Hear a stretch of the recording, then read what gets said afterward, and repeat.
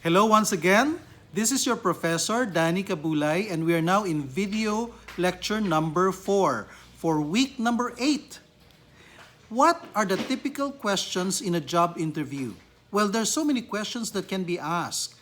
So let's go one by one and I'll explain to you why those questions are necessary and important. Okay. One question is, how are you?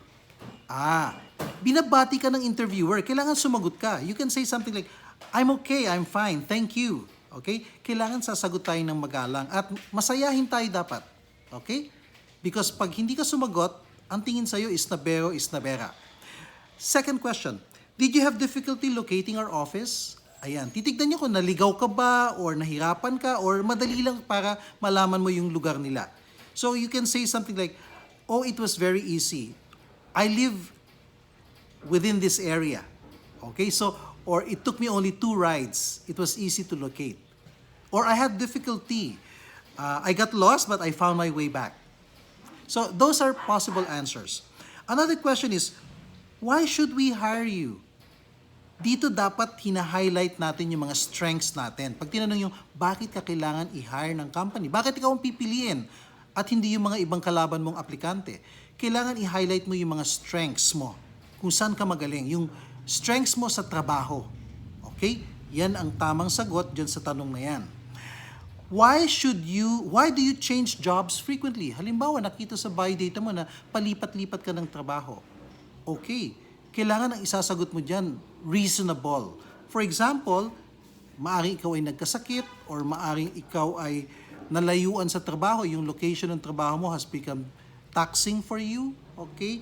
Or maybe it ran into conflict with your studies, etc., etc. It has to be a reasonable reason, okay?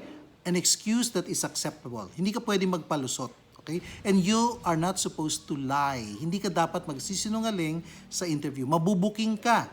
Malalaman ng interviewer kung ikaw ay nagsisinungaling. Kasi kung minsan meron silang tinatawag na follow-up questions. Why did you leave your last employer?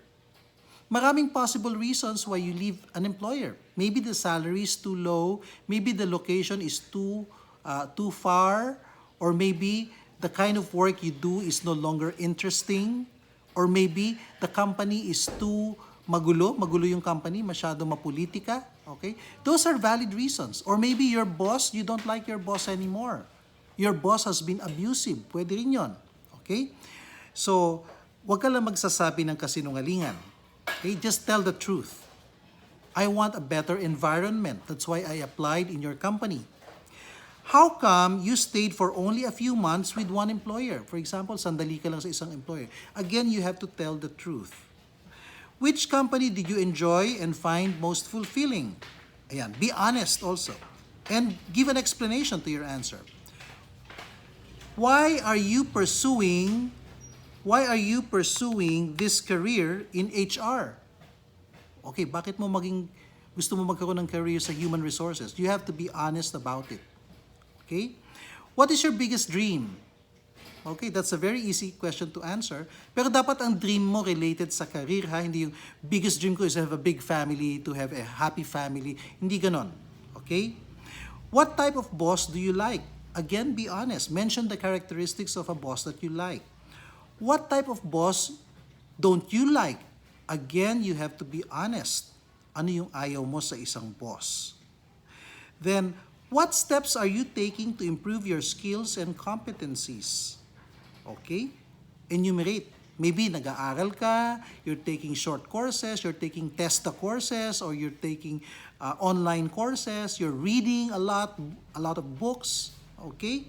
You're attending seminars, or you're being coached by an uncle or by a teacher. What is your favorite subject? Be honest. Bakit mo siya favorite? Explain mo yon. What is the subject in school you hate the most? Saan ka nahihirapan? Okay? So wag mo sabihin, it's not that I hate this subject but I find it very challenging. Yan, medyo positive yung word na challenging kaysa sa yung subject that I hate. Explain your answer. And then another question you can ask that can be asked would be, who is your favorite teacher?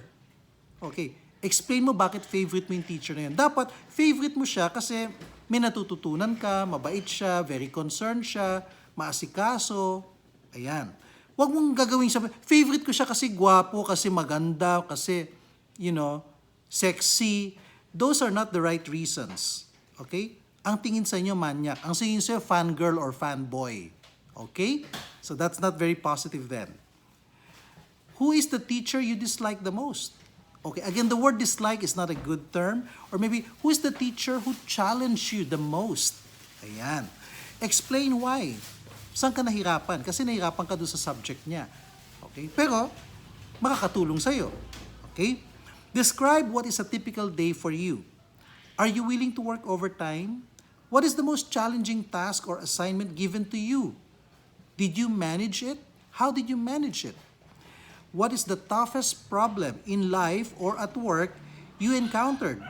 How did you solve it? And then, ito na yung mga questions na hindi naman talaga question, but pinapakwento ka lang. Tell me something about yourself. Ayan. So, dapat ang mga babanggitin mo dito, yung mga katangian mo, mga activities mo, mga achievements, your strengths. Okay? Tell me something about your family. Again, highlight the good stuff. If you have some challenges in the family, you can mention them, but don't highlight them and be careful with the words you use para hindi magmukhang negative masyado ang iyong pamilya. Parang sinisiraan mo yung pamilya mo. Okay? Tell me something about your last job or company. Again, mention the good things about that company. If there were challenges, you can mention them, pero huwag na huwag mong sisiraan ang dati mong boss o ang dati mong employer. It doesn't sound well. Okay? Hindi siya magandang tignan pag naninira ka ng previous employer. Tell me something about your studies.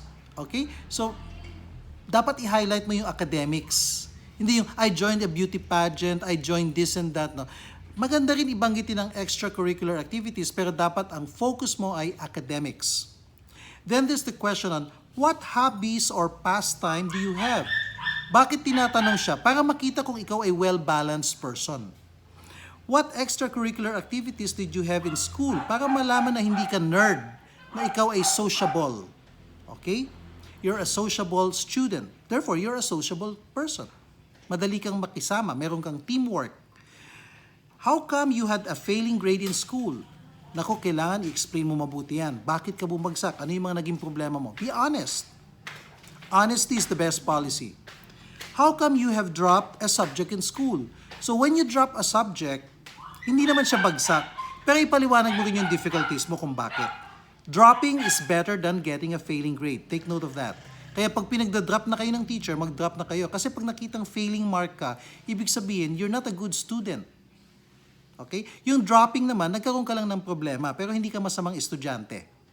Kaya huwag kayo mag-ipon ng mga 5 o ng mga bagsak na grade.